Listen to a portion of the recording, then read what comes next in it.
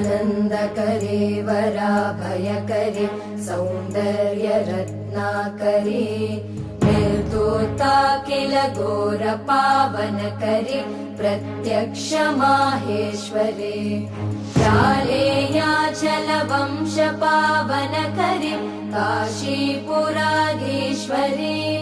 भिक्षां देहि कृपावलम्बनकरे मातान्नपूर्णेश्वरे नानारत्नविचित्रभूषणकरे हेमाम्बराडम्बरे मुक्ताहारविलम्बमानविलसन् कक्षोजकुम्भान्तरे काश्मीरागरुवासिता रुचिकरे काशीपुराधीश्वरे